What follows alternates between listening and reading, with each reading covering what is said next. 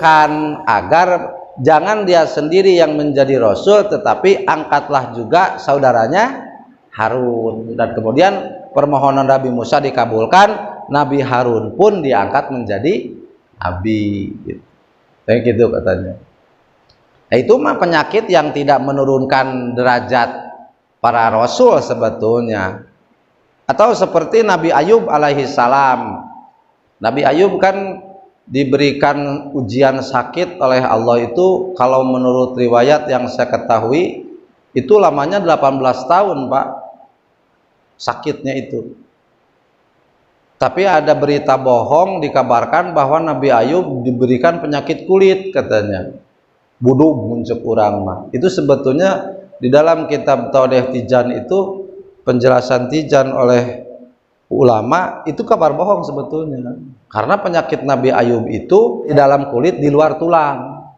Jadi secara lahiriah tidak terlihat. Gitu. Secara lahiriah tidak terlihat. Tetapi sakit itu kalau sakit yang menghinakan itu mustahil Pak. Aidi ustad mah da lain rasulnya. Ustad bisul wajar Pak. Ustad burut Pak loba. Lamun rasul burut mal mungkin. Tawa rasul budug gitunya. Hapur, kudis, kurap, ngaranna geges ngararewa.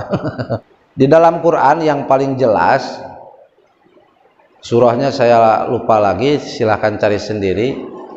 Tapi ayatnya begini, qul innama ana basyarum mithlukum yuha ilayya annama ilahukum ilahu wahid. Qul, ucapkanlah Muhammad, innama ana, bahwasanya aku hanyalah basyarun, seorang manusia. Yuha ilayya, diberikan wahyu kepadaku, annama ilahukum, bahwasanya Tuhan kalian ilahu wahid, adalah Tuhan yang satu. Bahasa basyarun dalam Quran, kalimat basyar kan di dalam Quran mengisyaratkan manusia itu banyak Pak. Ada basyarun, ada insanun, ada nas, ya banyak. Itu titik tekannya beda. Kalau basyarun itu fisik, biasanya fisik. Basyarun itu biologis. Kalau insanun itu ruhani. Insan itu rohani, itu biasanya titik tekanan. Kalau nasun itu lebih ke perasaan, pikiran.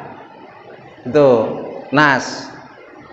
Jadi basyarun di situ menunjukkan Rasul itu basyariah. Makanya dalam berdakwah Rasulullah itu secara basyariah. Basyariah itu apa? Manusia biasa.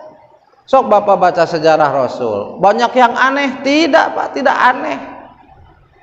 Kan ada sebagian orang yang kalau melihat keajaiban baru bertambah iman, ya. Itu salah sebetulnya. Karena apa? Karena yang tidak ajaib justru itu tanda bukti kekuasaan Allah, itu adalah hal-hal yang tidak ajaib. Karena saking banyaknya. Karena apa? Karena kudrat iradat Allah itu mencakup segala hal. Kekuasaan dan kehendak Allah itu mencakup segala hal, dalam arti yang biasa, yang tidak biasa, yang biasa dan yang ajaib bagi Allah sama saja gitu. Gampangnya itu sama saja. Bagi kita beda. Yang ajaib itu karena tidak bisa dimengerti dan tidak menuruti kebiasaan, itu maka kita pandang ajaib. Padahal yang biasa itu lebih ajaib sebetulnya. Sok nanaon oge mun diemut-emut mah. Ayeuna makanan, Pak, makanan masuk ke dalam tubuh. Itu usus itu bekerja keras, itu memilih mana karbohidrat, mana vitamin, mana protein, kemudian setelah dipilih disalurkan ke organ-organ tubuh yang membutuhkan, kan begitu. Itu sampai sekarang belum ada yang mampu seperti itu manusia. Hanya baru mengetahui. Itu kan sebetulnya ajaib, Pak. Sangat ajaib itu sebetulnya. Hal-hal yang kita anggap biasa, kalau kita tanya, ini kan benda mati semua. Usus kita itu benda mati. Kita yang mengaku memiliki usus itu juga tidak ikut andil, tidak tahu. Kan bukan kita yang memisahkan makanan itu, siapa? Ya Allah yang menciptakan. Itu kan sangat ajaib sebetulnya. Sampai sekarang manusia itu sains dan teknologi walaupun diklaim sudah, tapi kan belum ada orang yang bisa membuat organ tubuh lah, belum ada yang bikin kuku kecuali yang palsu banyak. Itu kan kita juga diberitahu dalam selembar rambut saja itu kan ada urat-uratnya, kan ada saraf-sarafnya dan sebagainya. Itu tidak bisa digantikan oleh sintetis, tidak Pak. Rambut bisa wae pakai rambut palsu kan moal manjangan dan tidak hidup atuh, dan segalanya semacam. Sebetulnya itu yang lebih ajaib itu menjadi tanda bukti kekuasaan Allah Subhanahu wa taala. Nah, Rasulullah itu basyariah, makan, minum, biasa dakwahnya. Karena apa? Karena kalau misalkan tidak basyariah, kita pasti tidak akan mampu mengikuti Rasulullah. Sudah basyariah saja kita tidak sanggup mengikuti Rasulullah. Apalagi kalau Rasulullahnya aneh. Cuma Rasulullah SAW itu tidak pernah membunuh Pak, tidak pernah. Ada berita satu kali cuma orang mau musuh mau naon ngadek teh, mau bacok begitu kan, oleh Rasulullah ditakis, kemudian pedangnya kembali ke orang tersebut. Itu bukan membunuh. Rasul perang, iya, perang itu ada syariah, ada ghazwah.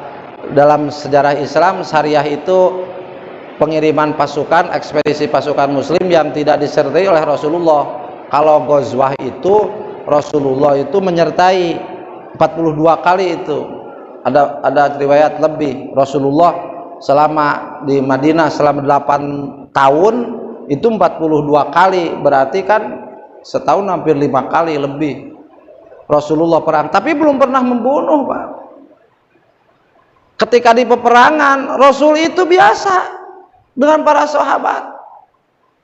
Di kejadian perang Uhud Rasul mengalami kejadian yang tragis karena orang kafir itu menggali lubang kan untuk menjebak pasukan muslimin dan untuk menjebak Rasulullah. Benar pisan, kena pisan Rasulullah eta terperosok ke dalam lubang. Waktu itu sampai kan pakai baju besi ya, helm nending sok aya dina tipi-tipi, sampai masuk ke dalam pipi gini Pak, dilempari batu. Di situ sahabat kan pada lari ke Gunung Uhud ke atas, kecuali kalau dihitung riwayat menjelaskan hanya ada 35 sahabat yang pasang badan itu melindungi Rasulullah dari lemparan batu, lemparan anak panah itu. Terpuruk itu pasukan muslimin itu. Nah, detailnya panjang ya. Rasulullah itu luka biasa Pak. Luka itu biasa berdarah-darah biasa. Untuk sakti sukan les ngalugit nya keur kadesek henteu. Atau ya Allah turunkan malaikat, brag sugan malaikat. Tidak, karena basyariah itu. Walaupun ada jaminan Rasul tidak akan meninggal dengan terbunuh, tapi memperlihatkan sisi kemanusiaan. Makanya lamun ustad ayeuna diajar ilmu kebal, ajek sim kuring mah teu nyunah eta teh kitu. Teu nyunah. Kalau belajar silat biasa, karena Rasul juga menganjurkan. Kalau pernah kan suatu saat Sayyidah Aisyah diriwayatkan berdiri di belakang Rasulullah, dihalangi oleh Rasulullah di pintu untuk menyaksikan orang Ethiopia, orang Habasyah berlatih anak panah. Berarti itu ada riwayatnya. Rasul menganjurkan untuk menjaga diri. Tapi ketika namanya perjuangan menghadapi hidup, tidak menganjurkan melebihi sifat basyariah. Ketika pasukan sahabat mau berperang, Rasul tidak menyuruh begini, sok maneh gugur heula sina kebal, maneh sina teu. Tidak Pak. Rasul malah menganjurkan kalau syahid surga gitu. Karena yang nama dina TV sok aya geningnya dukun-dukun karena itulah non pesulap merah pesulap berem tetegeningan ukarar itu, dan itu menyalahi sebetulnya, bukan ajaran Islam. Walaupun sihir itu memang ada di Al-Quran juga jelas. Kalau pengalaman dulu ya sama pasti semua juga. Kalau zaman dulu mah zamananya can aya HP, can aya naon, pasti aprak-aprakan kaditu kadieu teh kitu we ning. Wah yang kebal teh hayang waduk nepi ka waduk na ge teuas teh bisa dikadek. Nya kerenawan da nu waduk itu boga beas mah leuleus we. Rasulullah SAW ketika istilahnya lapar, haus, biasa Pak makan, dan cara menghasilkan makanan itu tidak aneh, tidak bim salabim, tidak, biasa makan. Kalau misalkan lapar tapi makanan tidak ditemukan, apalagi ketika di Mekah ya, waktu di boikot itu kan diriwayat sampai makan kulit pohon itu Pak, kulit pohon dia da ieu beas eueuh atuh. Beas dahareuna. Di Madinah juga sama. Ketika sahabat mengeluh, kan sahabat muhajirin itu yang hijrah dari Mekah ke Madinah itu tidak semua ahli dagang atau ahli ekonomi, kecuali seperti Abu Bakar, Umar kan, kemudian Abdurrahman bin Auf. Ketika sampai Madinah mereka tidak merepotkan yang lain, bertanya mana pasar, udah mulai di pasar.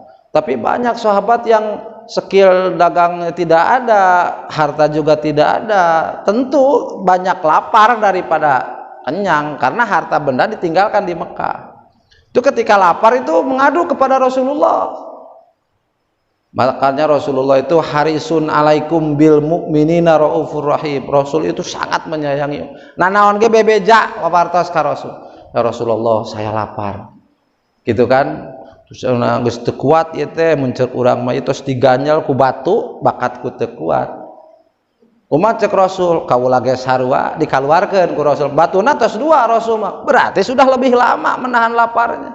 Seperti itu.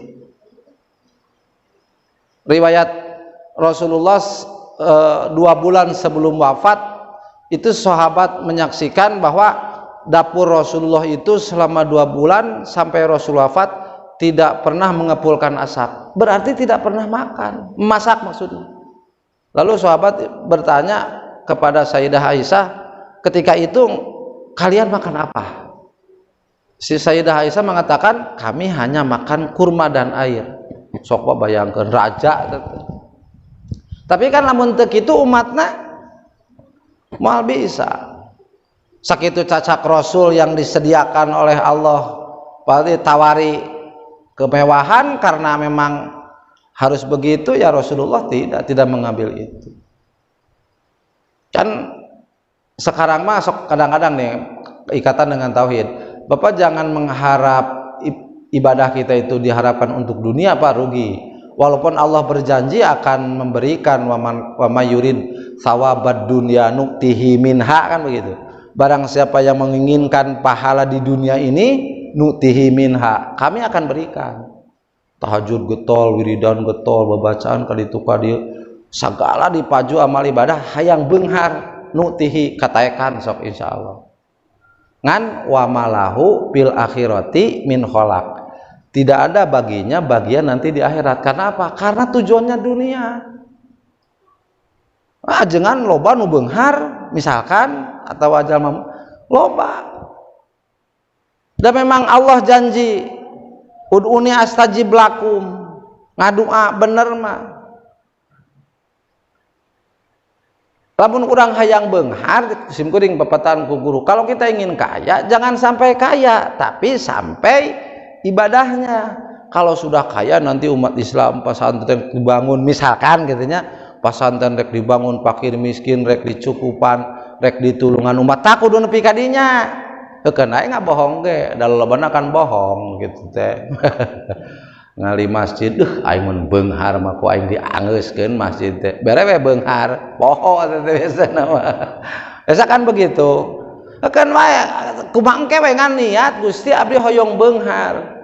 Abdi teu tega ningali jelema muslim daraek salat meni barongkeakan imahna teu layak huni, misalkan ekonomina murat marit hayang beunghar. Bagus baik, geus beunghar rek naon, rek dijamin tah hayang ganjaranana urang mah. Kira-kira seperti itu. Seperti Sayyidina Utsman. Sayyidina Utsman itu kaya, Pak. Tapi kondisi hidupnya yang kaya. Kalau gaya hidupnya mah sederhana mengikuti Rasulullah. Saum, baca Quran, makan ala kadar, itu Sayyidina Utsman bin Affan. Kan ketika dibunuhnya juga Sayyidina Utsman itu sedang baca Quran, Pak. Sedang saum. Jadi kondisi hidup boleh kaya, tapi gaya hidup mah ulah robah. Tuturkeuneun lamun beunghar Gusti abdi mah moal hedonis, moal abdi mah moal naon cek paribasana ngamubadir-mubadirkeun harta mah.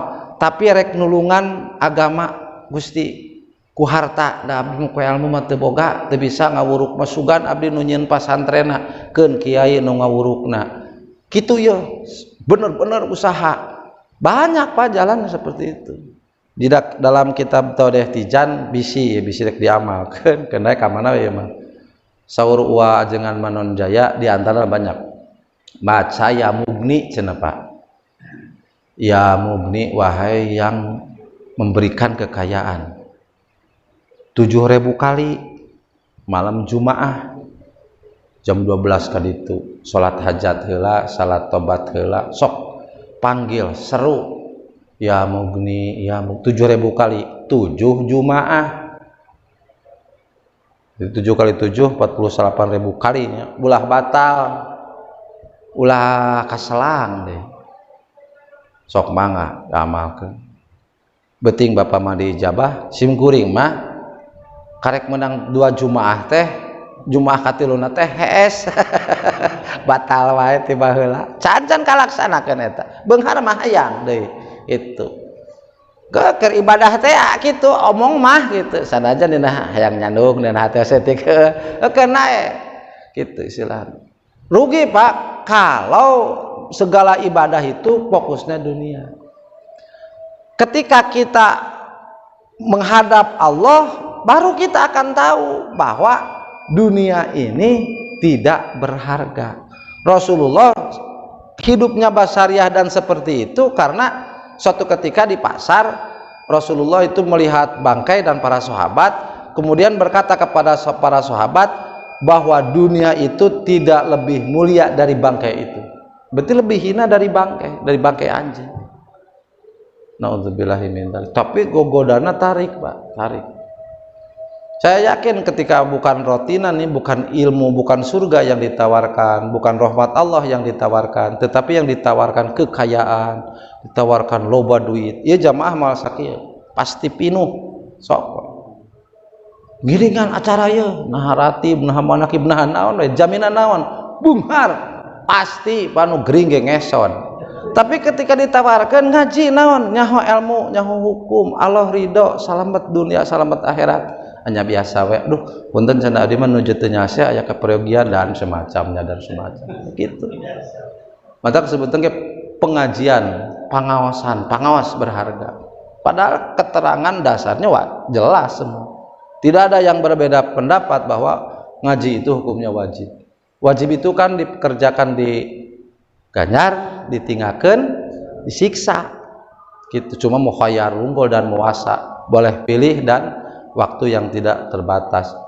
Jadi, anu kumaha beureun tatangga urang teu ngaji ayeuna dosa teu henteu, ada margi muasa mukhayyar. Tidak ada dina Quran hadis. Nah kudu malam Sabtu pan teu aya, boleh kapan saja gitu. Cuma memang menunjukkan bahwa dunia ini sangat berat. Walaupun Rasulullah mencontohkan dengan kehidupan yang sangat sederhana dan semua juga tahu Rasulullah itu bukan tidak mampu, karena memang tidak ingin kita sangat sulit mengikuti itu, sangat sulit. Nah kembali lagi, jadi yang harus kita yakini adalah bahwa para Rasul dari zaman Nabi Adam alaihissalam sampai zaman Rasulullah SAW semuanya itu punya sifat jaij al-a'radul basariyah, sifat kemanusiaan yang sesuai dengan martabat mereka yang tinggi, tidak disifati atau mustahil punya sifat kemanusiaan yang dapat merendahkan derajat mereka. Itu yang harus kita yakini. Ini sebagai penutup akidah nabawiyat. Karena kitab Tijan ini membahas dua saja Pak. Tauhid itu kan ada 4 ya, garis besarnya itu tauhid itu 4. Satu, akidah uluhiyat. Akidah uluhiyat itu adalah sifat-sifat yang wajib diketahui serta diyakini berkaitan dengan Allah. Itu akidah uluhiyat disebutnya. Kalau dalam kitab ini kan dirinci dari wujud, qidam, baqo sampai mutakaliman. Yang 41 itu 20 yang wajib, 20 yang muhal, 1 yang jaiz. Nah kemudian kelompok kedua itu disebut akidah nabawiyat. Akidah nabawiyat itu adalah sifat-sifat yang wajib diketahui, yang wajib diyakini berkaitan dengan para rasul. Isinya 9, 4 yang wajib, 4 yang mustahil, 1 yang jaiz. Sidik, amanah, tabligh, fatonah itu yang wajib akli. Yang muhal akli, kidib, khianat, kitman, biladah. Itu wajib kita yakini bahwa rasul tidak seperti itu. Rasul mustahil bohong, rasul mustahil khianat, rasul mustahil menyembunyikan perintah Allah, rasul mustahil bodoh. Itu secara tinjauan akal. Dan ini yang terakhir, yaitu yang jaiz di para rasul. Apa? Al-a'radul basariyah. Jadi jumlah aqaid itu 41 tambah 9 50. Di barudak masuk dinadomkeun ari aqaidna iman eta aya 50 perkara, 20 anu wajib di Allah, segitu aya. Itu harus, jangan puas dengan 1 kali pengkajian Pak, jangan. Karena apa? Karena yang sulitnya itu masuk ke hatinya, sulit. Kita panggil tiap hari saja Allahu Akbar kan, tapi akbarnya Allah, maha besarannya Allah kan belum terasa. Astagfirullahaladzim, azimnya Allah itu kadang-kadang belum terasa. Subhanallah, alhamdulillah, itu kan kita baca tiap hari, tapi kan masuknya sulit. Ketika baru di lisan, baru di pikiran, belum menjadi rasa, itu belum menjadi iman.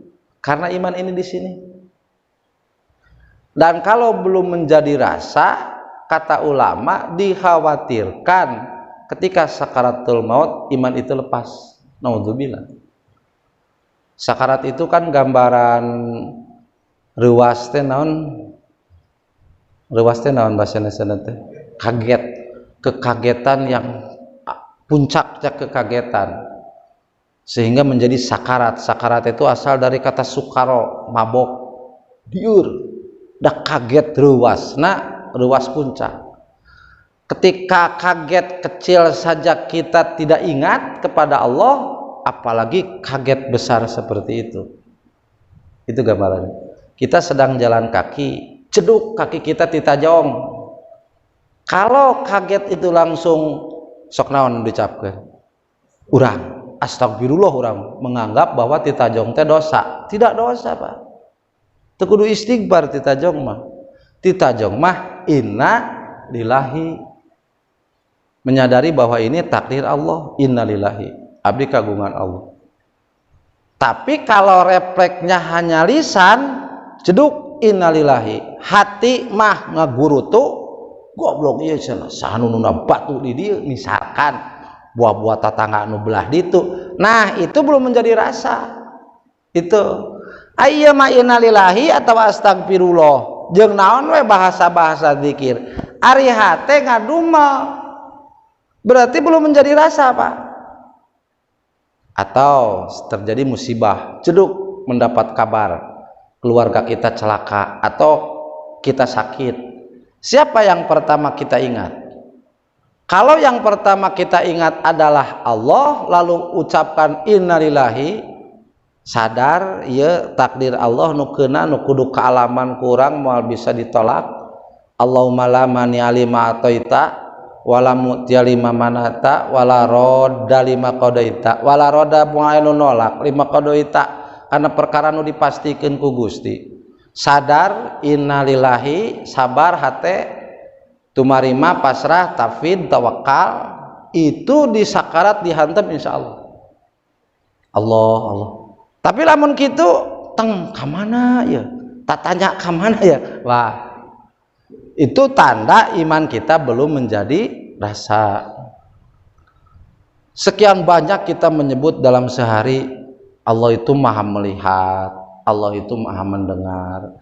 Tapi kan kita juga merasa sangat sulit itu merasa didengar oleh Allah, merasa dilihat oleh Allah sangat sulit. Keur salat hese, keur di luar hese. Muhadharah itu merasa dihadiri. Muraqabah, merasa dilihat, merasa diamati oleh Allah. Muqarabah, merasa dekat kepada Allah.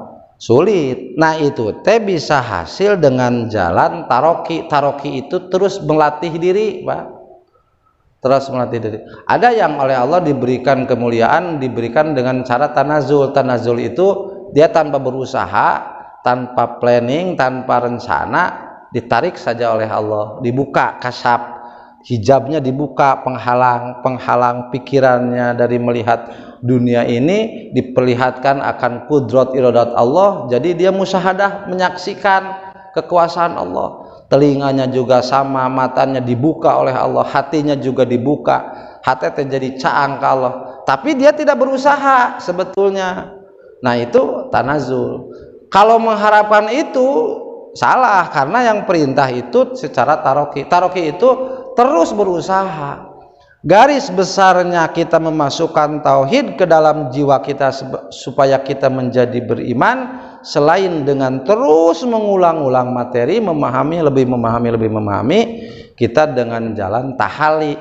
Tahali itu menghias diri dengan amal soleh. Gerak pengkolkeun hate, tempokeun kana syariat. Syariat nu mana nu pokok. Sok geura targetkeun rek iraha nyampurnakeun salat. Sapoe-sapoena teh nu paling diperhatikeun urang teh salat. Salat fardu awal waktu berjamaah. Penting teh eta. Geus kaduga qobliyah badiah. Qobliyah badiah geus kaduga witir. Rasul menganjurkan witir itu hak setiap muslim. Kalau kita diberikan umur oleh Allah melewati satu malam, lalu pada malam itu kita tidak melakukan witir, kita tidak menyempurnakan hak malam itu. Witir geus kapaju tahajud. Tahajud geus duha. Nah, hanya segitu payang muakkad itu. Bagi Rasul itu wajib semua, bagi kita mah sunnah. Rasul itu tidak pernah meninggalkan kecuali duha ya. Kalau duha ada riwayat kadang-kadang. Tapi kalau yang selain duha tadi, qobliyah badiah, witir, tahajud, qiyamul lail, itu Rasul wajib. Tak urang iraha ya. Sok eta ada target napa? Bisi kaburu maot manten. Eta salat we. Kaduga eta sapoe qobliyah badiah teu kaliwat, witir kapaju, tahajud kapidamel, duha kalaksanakeun, rukun Islam nu kadua tah. Terus jeung wiridanana jeung salse urang teh hirup teh kaduga pasok kaduga da. Bisa teh kitu teh. Zakat. Perhatikan di zakat. Rek iraha tuh mulai zakat. Udah nisab haul. Lamun nisab haul itu ye teu apal, kieu we sim kuring dibejaan ku guru. Dalamun teu nepi kana nisab ge moal rugi da dibalas ku Allah. Tiap menang duit, tiap boga duit, keluarkan 2,5%. Boga duit 1 juta, 25.000. Tong dibikin ka pamajikan, teman da terjadi zakat ka pamajikan, ka satu, ka adi, ka lanceuk anu daharna lain tanggung jawab urang. Makannya bukan tanggung jawab kita. Tandian mustahik. Urang punya uang 1 juta, punya adik miskin, cek urang miskin, anakna loba gawena kur kitu wae 25.000 zakat. Kecuali adik kakak saudara karib kerabat semuanya bukan mustahik, kaya semua cukup. Tetangga nu deukeut bukan saudara mah tapi tetangga sok. Yatim rek lain, fakir, miskin, gorim. Sesudah zakat itu jaminan dari Allah, hasinu amwalakum bizakat. Orang yang suka zakat itu harusnya pasti dijaga. Wadawu mardokum bisodako, obatilah sakit kalian dengan sodako. Kan orang lain hayang dijaga wungkul harta teh, tapi harta bana teh hayang berkembang, kan begitu Pak. Kalau ingin berkembang sodako. Sodakoh itu setelah zakat, karena sodakoh kalau tidak zakat tidak diterima sodakohnya. Napakoh usuliyah, ibu rama, geska, cumponan. Target nih kita sudah cukup, orang tua sudah tercukupi, sanak karib kerabat, sanak saudara. Anak siapa nih, kita punya kakak adik yang sekolahnya terganggu. Targetnya gitu. Gerak sampurnakeun eta syariat kun Islam. Syahadat, tauhid singnyaan, salat, zakat. 3 saja itu yang tidak bisa dipisahkan. La imana liman la sholatalah wala sholata liman la zakatalah. Bapak di hadis silakan buka di Tanqihul Qaul di apapun juga. Rasul ini berkata begini, shollu khamsakum wazaku amwalakum wasumu syahrakum wahaju baita rabbikum tadkhulu jannata rabbikum. Itu jaminan. Setelah iman, shollu khamsakum, kerjakanlah sholat 5 waktu yang tadi berikut kesempurnaannya. Kemudian zakatilah harta kalian. Ramadan saum, mampu ibadah haji. Itu saja tadkhulu jannata rabbikum. Kalian akan masuk ke surga. Jadi amal soleh selain itu fungsinya untuk menambah kekayaan dan kenikmatan saja di surga. Selain itu ratibannya, marhaba, ngalongok, silaturahmi dan segala macam amaliyah selain rukun Islam itu fungsinya untuk menambah. Tapi yang pokok rukun Islam. Kalau yang pokoknya ditinggalkan, ditoler-toler, nah mal berarti atuh.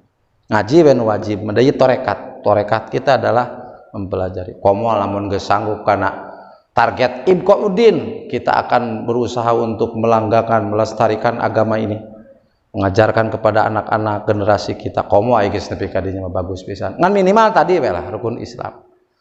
Nah, mudah-mudahan sedikit banyaknya ini bisa mengingatkan, kalau khususnya sebetulnya ini untuk diri saya sendiri sebetulnya ya, diceritakan mudah-mudahan ampun paralun sanes sedang ngaguruan. Wah, teu pisan-pisan Pak. Saya yakin dengan hadirnya para jamaah di sini itu menunjukkan keimanan kepada Allah Subhanahu wa taala. Mudah-mudahan kegiatan kita pada malam ini dicatat sebagai amal ibadah yang diterima. Kita tawasul dengan pengajian ini, Allah Subhanahu wa taala memberikan usia yang panjang dan barokah. Yang sedang sakit siapapun itu dohir batin, mudah-mudahan dengan pengajian ini disehatkan Allah Subhanahu wa taala. Yang punya cita-cita, yang punya rencana, yang punya hajat, mudah-mudahan dikabulkan. Yang sedang mendapatkan kesulitan, mudah-mudahan diberikan jalan keluar yang maslahat, manfaat. Terutama dengan pengajian ini, mudah-mudahan kita diberikan ampunan oleh Allah Subhanahu wa taala. Amin ya Allah ya rabbal alamin. Bi barakati ummil Quran. Al-Fatihah. A'udzu billahi minasyaitonir rajim. Bismillahirrahmanirrahim. Alhamdulillahirabbil alamin arrahmanir rahim maliki yaumiddin. Iyyaka na'budu wa iyyaka nasta'in. Ihdinas siratal mustaqim. Siratal ladzina an'amta 'alaihim ghairil maghdubi 'alaihim waladdallin. Terima kasih atas perhatian. Mohon maaf segala kekurangan. Wallahul muwaffiq ila aqwamit thoriq wa afu minkum. Assalamualaikum warahmatullahi wabarakatuh.